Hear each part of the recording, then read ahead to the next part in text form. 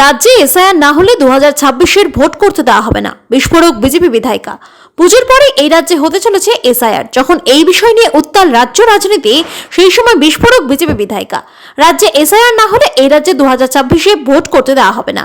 নির্বাচন commission police নামাবে নাকি মিলিটারি নামাবে, কি করবে সেটা তাদের ব্যাপার। এসআইআর করতেই হবে, না হলে ভোট করতে দেওয়া হবে না। বিস্ফোরক ইংলিশ বাজারে বিজেপি বিধায়িকা শ্রীরূপা মিত্র চৌধুরী। পাল্টা বিধায়িকাকে কটাক্ষ জেলা তৃণমূল কংগ্রেস সভাপতি আব্দুর রহিম বক্সির। তিনি বলেন, বিজেপি ভোট চুরি করে ক্ষমতায় এসেছে, আর এই কারণে এসআইআর নিয়ে এত উদ্গ্রীব। এই রাজ্যে নিরপেক্ষ নির্বাচন হবে, 2026-এ আবার তৃণমূল ক্ষমতায় আসবে। বুধবার মালদা প্রেস কর্নারে এক সাংবাদিক সম্মেলনে এই দাবি করেন বিধায়িকা। দেখতে পেয়েছি তার ফলস্বরূপ মৃত ভোটার, ডাবল ভোটার, তারা ডুপ্লিকেট ভোটার, তারা বাদ গেছে।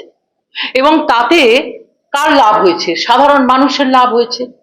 আজকে আমাদের পশ্চিমবাংলায় যদি এসআইআর করতে কোনো কারণে নির্বাচন কমিশন অসমর্থ হয় এবং কোনো বা কারা যদি মনে করেন যে আমরা সন্ত্রাস করে নির্বাচন কমিশনকে এখান থেকে ভাগিয়ে দেব এবং আমরা এসআইআর করতে দেব না, তাহলে তারা ভুল করছেন। দিল্লির বুকে আগুন জ্বলবে এবং মন্ডল কমিশনের যখন হয়েছিল তখন যেভাবে আগুন জ্বলেছিল সেভাবে জ্বলবে।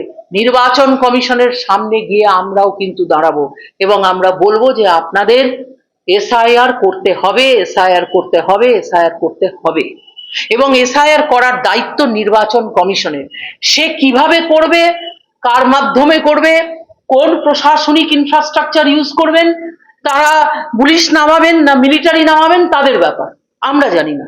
কিন্তু আমরা পলিটিক্যাল পার্টি হিসেবে আমরা বছরের পর বছর এই লড়াইয়ে হেরে যাচ্ছি এবং বছরের পর বছর আমরা অপ্রেসড হচ্ছি, আমাদের উপর অত্যাচার হচ্ছে, আমাদের কর্মীদের উপর অত্যাচার হচ্ছে, সাধারণ ভোটারদের উপর অত্যাচার হচ্ছে। এই অত্যাচার আমরা সহ্য করব না।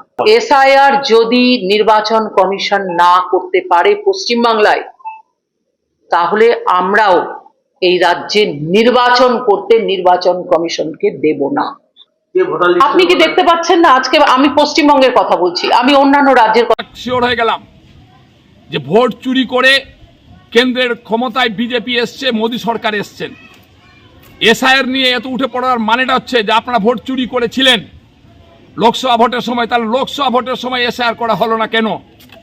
উত্তরপ্রদেশের ভোটের সময়, গুজরাটের ভোটের সময় এখানে এসআইআর করা হলো না কেন? তাহলে আপনারা নিশ্চিত যে আপনারা ভোট চুরি করেছেন। সেখান থেকে আপনাদের মনে পড়ে যাচ্ছে যে হয়তো পশ্চিমবঙ্গে এরকম ঘটনা ঘটতে পারে। কিন্তু স্বাধীনতার পর থেকে পশ্চিমবঙ্গের ইতিহাসে, বিশেষ করে 2011 সালের পরে মাননীয় মুখ্যমন্ত্রী মমতা ব্যানার্জির নেতৃত্বে যে সরকার চলছে, এখানে আজ পর্যন্ত কোনো ধরনের ভোটে কারচুপি হয়নি। আর আগামী দিনেও 2026 সালেও জনগণের সমর্থন নিয়ে মমতা ব্যানার্জি ক্ষমতায় আসবেন। আপনাদের মতো ভোট চুরি করে ভারতবর্ষের প্রধানমন্ত্রী ক্ষমতায় আসবেন না। আপনারা আতঙ্কিত কারণ আপনারা ভোট চুরি করেছেন, তাই আজকে এসআইআরের জন্য এত পাগল হয়ে গেছেন। মুখ্যমন্ত্রী নিরপেক্ষ ভোট করবেন, সমস্ত জনগণ ভোট দিবে এবং 2026 সালে পুনরায় মুখ্যমন্ত্রী ক্ষমতায় আসবেন।